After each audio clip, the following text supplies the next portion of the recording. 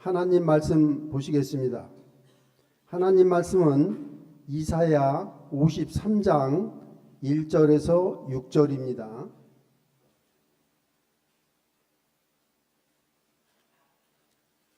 이사야 53장 1절에서 6절입니다. 우리가 전한 것을 누가 믿었느냐? 여호와의 팔이 누구에게 나타났느냐? 그는 주 앞에서 자라나기를 연한 순 같고 마른 땅에서 나온 뿌리 같아서 고운 모양도 없고 풍채도 없은즉 우리가 보기에 흠모할 만한 아름다운 것이 없도다. 그는 멸시를 받아 사람들에게 버림받았으며 간고를 많이 겪었으며 질고를 이는지라 마치 사람들이 그에게서 얼굴을 가리는 것 같이 멸시를 당하였고 우리도 그를 귀히 여기지 아니하였도다. 그는 실로 우리의 질고를 지고 우리의 슬픔을 당하였거늘 우리는 생각하기를 그는 징벌을 받아 하나님께 맞으며 고난을 당한다 하였노라. 그가 찔림은 우리의 허물 때문이요 그가 상함은 우리의 죄악 때문이라.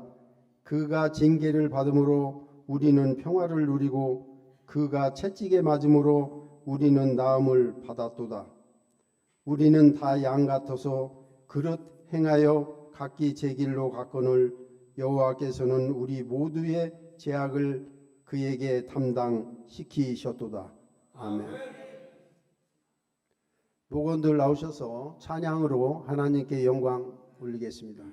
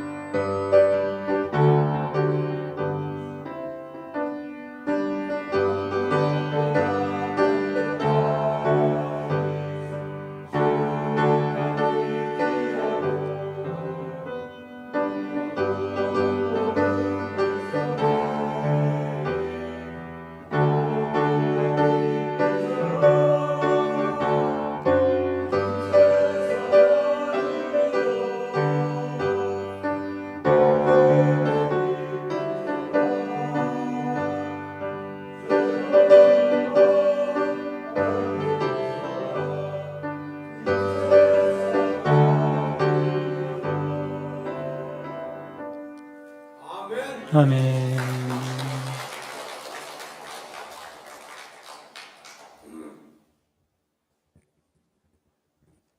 다음은 목사님 나오셔서 아름다운 힘이란 제목으로 말씀 전하실 때 큰 은혜 받으시기 바랍니다. 아멘.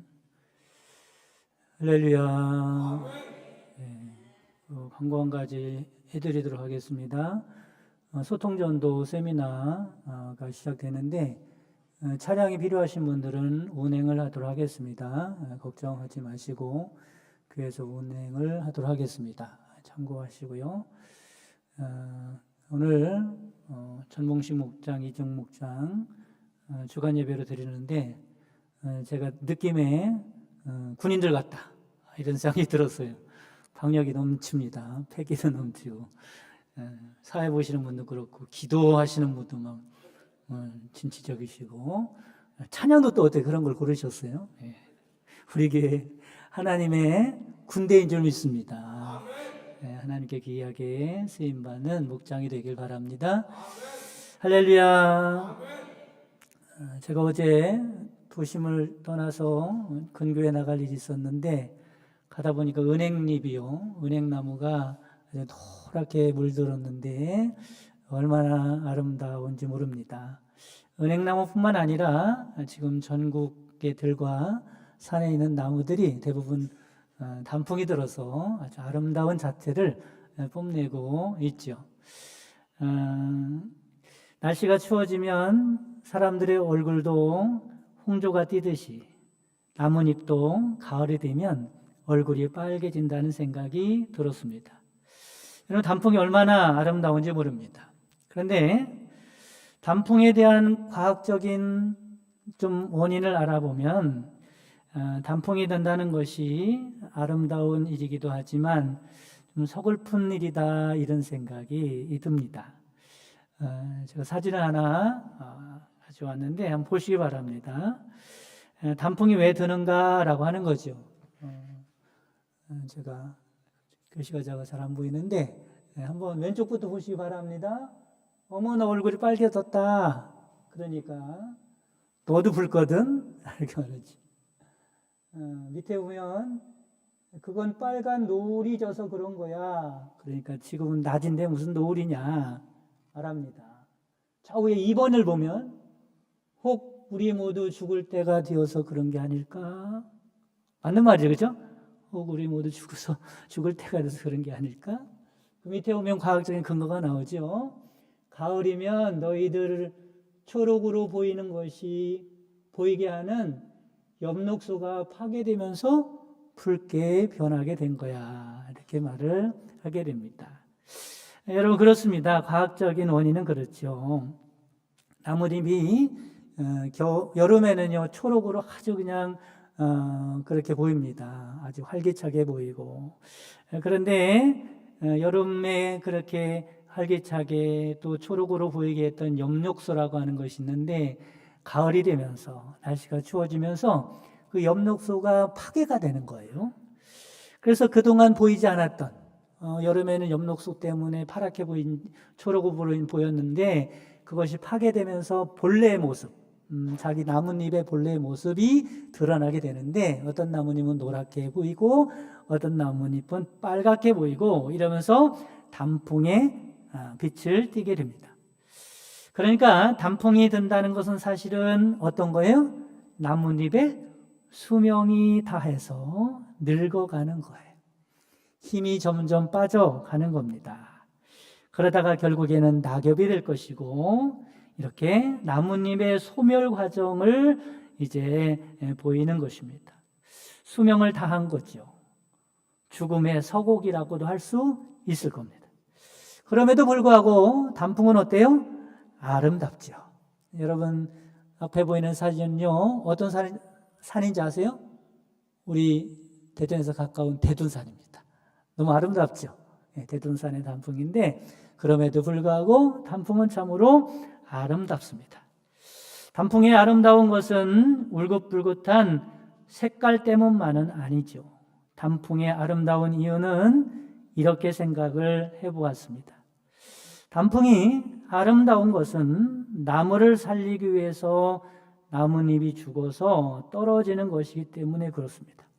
이런 추운 겨울날이 되면 나무에 수분과 영양분이 간직되어 있어야 돼요. 나뭇잎이 달려있으면 그 나뭇잎으로 계속해서 수분도 가야 하고 영양분도 가야 하기 때문에 나무가 견디질 못합니다. 죽을 수밖에 없어요. 그러니까 나뭇잎이 떨어지는 것은 누구를 살리기 위한 거예요? 나무를 살리기 위한 겁니다. 그리고 다시 봄이 왔을 때 새싹을 피우기 위한 것이기도 하죠. 이처럼 단풍이 아름다운 것은 새 생명을 살리기 위하여 자신이 죽는 모습이기 때문에 아름다운 것이라고 생각이 듭니다. 두 번째, 단풍이 아름다운 이유가 또 있습니다. 얼마 못 가서 떨어질 단풍은 어떤 것입니까? 수명을 다한 모습이죠. 그런데도 단풍은 왜 아름다운 자태를 가지고 있을까? 그것은, 단풍이라는 것은 자신이 해야 할 일을 다 끝내고 이제 기쁨으로 죽음을 맞이하기 때문에 그렇습니다. 자기 할 일을 모두 다 끝내고 흡족한 마음으로 떨어지는 거죠. 얼마나 아름답습니까? 여러분, 우리들도 그렇죠. 한평생 살아가는 동안에 내가 해야 할 일을 하나님 앞에서 충실하게 잘 감당하고, 그렇죠? 그 나뭇잎이요, 봄을 지나서 여름을 지나서 광합성을 통해서 얼마나 많은 일을 했습니까? 나무를 위해서. 그러다가 이제 내가 할 일을 다 끝내고 이제 웃으면서 죽음을 맞이하는 모습과 같다는 생각이 들었습니다. 세 번째는, 단풍이 아름다운 것은 변화를 거부하지 않고 부정하지 않고 그대로 받아들이기 때문에 그렇습니다. 사람 같으면 그런 거지요. 나이가 먹는다는 것도 그냥 받아들이고, 내 인생 가운데 고난이 온다는 것도 받아들이고, 내가 늙는다는 것도 받아들이고, 힘이 빠진다는 것도 받아들이고, 죽음까지도 받아들일 수 있는 것입니다. 여러분, 그렇습니다. 하나님의 뜻을 받아들이는 것은 아름다운 일입니다. 그렇다면 어떻게 모든 것을 기꺼이 받아들일 수 있을까? 그것은 하나님을 믿기 때문에 그런 줄 믿으시기를 바랍니다. 얼마나 아름다워요. 자기의 삶을 받아들이지 못하는 사람만큼 그렇게 좀 비관적으로 보이는 것은 없지요. 이 모든 것이 단풍의 아름다운 힘이라고 할 수 있습니다. 여러분, 오늘 본문에도 이런 아름다운 힘에 대해서 나오고 있죠. 뭡니까? 우리를 구원하기 위해서, 우리를 살리기 위해서, 우리를 거듭나게 하기 위해서, 우리를 살리기 위해서 하나님께 말없이 순종하신 예수님의 모습입니다. 꼭 단풍과 같이 아름다운 모습으로 표현이 되어 있습니다.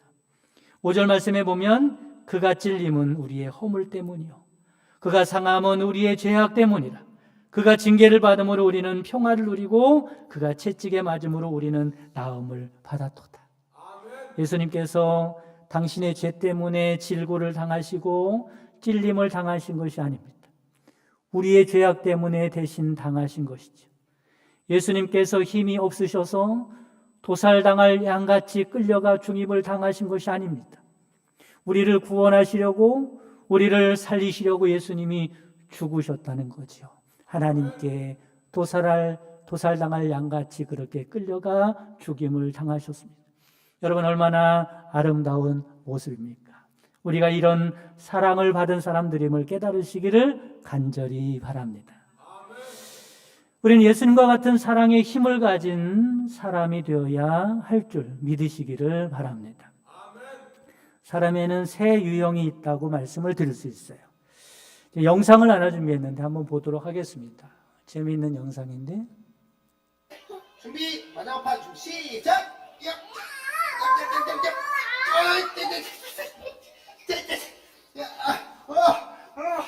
달려가기! 이 자식이 달리고 다니, 내가 들어서 넘겨야겠다!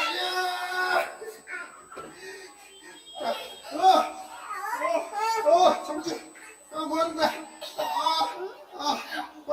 아빠 어떻게 하려고? 어떻게 하려고?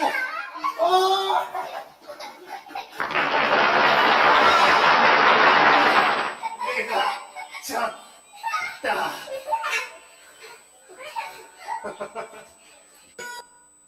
힘없는 아들이 아빠하고 싸웠는데 누가 이겼어요? 아들이 이겼어요. 그렇죠? 저 아들이 뒤집기를 했습니다. 저 조그맣고 뒤집기 해서 아버지를 이기고 얼마나 좋아하는지 몰라요. 여러분이 영상을 보면서 사람은 세 종류의 사람으로 생각해 볼 수 있어요.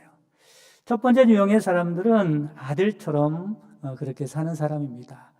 자기 자신의 한계를 모르고, 자기가 얼마나 연약한지를 모르고 자기 힘을 과시하며 살아가는 사람들이죠. 뭐가 좀 잘 되는 것 같으면 자기가 잘나서 잘 되는 줄 알고 자기 의로 가득해 살아가는 사람들입니다. 오만한 사람들이죠. 이런 사람들 하나님을 의지하지 않습니다. 둘째 유형의 사람은 뭐냐면 자신이 가지고 있는 힘으로 다른 사람을 늘 이겨내는 사람입니다. 이런 사람은 연약한 사람을 깔보죠. 나보다 힘이 약하다고 생각합니다. 그래서 그런 사람은 짓밟습니다. 그런 사람을 이겨버립니다. 그리고 얼마나 흡족해 하는지 모릅니다. 그렇게 살아가는 사람이죠. 세 번째 유형은 사람은 누구냐면 아빠와 같은 사람이에요.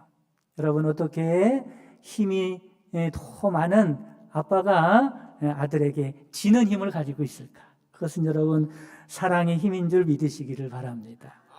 자신에게 충분한 힘이 있지만 상대방에게 용기를 주고 싶어서, 상대방에 힘을 주고 싶어서, 상대방을 더 세워주고 싶어서, 그래서 내 힘대로 이기지 않고 져줄 줄 아는 사람입니다.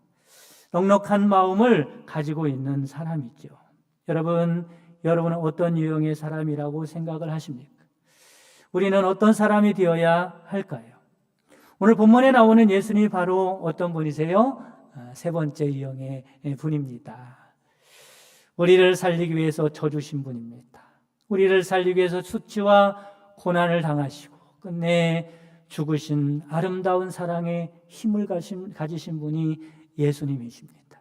여러분에게도 이 아름다운 힘이 있기를 주님의 이름으로 축원합니다. 여러분, 우리에게도 이런 사랑의 힘이 있어야 하는 거죠. 육신의 힘은 있는데 사랑의 힘이 없으면 앞에 둘째 유형에 머무르게 됩니다. 실력이 낮은 사람을 깔보게 되죠. 자기의 높은 실력을 뽐내고 자랑하며 살아갑니다. 상대방을 늘 이겨먹으려 듭니다. 자아가 강하고 오만함과 독선으로 가득한 사람입니다. 이런 사람은 힘이 있기 때문에 더 추해 보이죠. 힘이 없으면 그러지 않을 텐데 말입니다. 사랑이 없고 힘만 있는 사람들은 많은 사람들에게 상처를 줍니다. 많은 사람들을 죽이는 사람이 될 수밖에 없는 거지. 우리는 사랑의 아름다운 힘을 가진 사람이 되어야 할 줄 믿으시기를 바랍니다. 그 사랑을 나도 받았고, 그리고 그 사랑을 가져야 세상을 이기며 살아갈 수 있는 것입니다. 바울은 이 사랑의 힘에 대해서 이렇게 말합니다. 믿음, 소망, 사랑 중에서 제일은 뭐라고 말합니까? 사랑이래요. 믿음도 위지합니다. 소망도 잃어버리면 안 됩니다. 그것도 중요하지만 그보다 더 중요한 것은 사랑입니다. 여러분, 사랑의 힘을 갖기를 주님의 이름으로 축원합니다. 그 앞에 바울은 사랑에 대해서 세세히 설명하는데 이런 내용이 있습니다. 사랑은 뽐내지 않으며 사랑은 교만하지 않는다는 거예요. 내가 수준이 높아 나보다 낮은 수준의 사람들을 내려보지 않습니다. 그리고 그 사람들을 보면서 자기를 뽐내지 않습니다. 교만한 마음을 갖지 않습니다. 사랑은 그런 것이 아니라고 말씀합니다. 다시 말해서 사랑은 상대방을 이겨내는 것이 아니라는 거예요. 넉넉하게 져줄 수 있는 것이 사랑이라고 하는 것입니다. 여러분, 우리가 주님께 그 사랑을 받았습니다. 그리고 우리에게 그 사랑으로 세상을 이기며 살라고 말씀하고 있습니다. 여러분의 그 사랑의 힘 때문에 많은 사람들을 세워주고, 많은 사람들을 위로하고, 많은 사람들에게 용기를 주고, 많은 사람들을 살려내는 귀한 사람들 되시기를 주님의 이름으로 축복합니다. 네, 다 같이 주기도문 하심으로 전봉식 목장과 이기정 목장 주간 예배를 모두 마치겠습니다.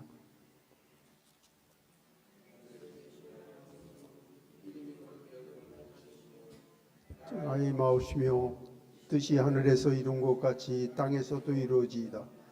오늘날 우리에게 일용할 양식을 주옵시고 우리가 우리에게 죄진 자를 사해 준 것 같이 우리의 죄를 사해 주시고 우리를 시험에 들지 말게 하옵시고 다만 악에서 구하소서. 대개 나라와 권세와 영광이 아버지께 영원히 있사옵나이다. 아멘.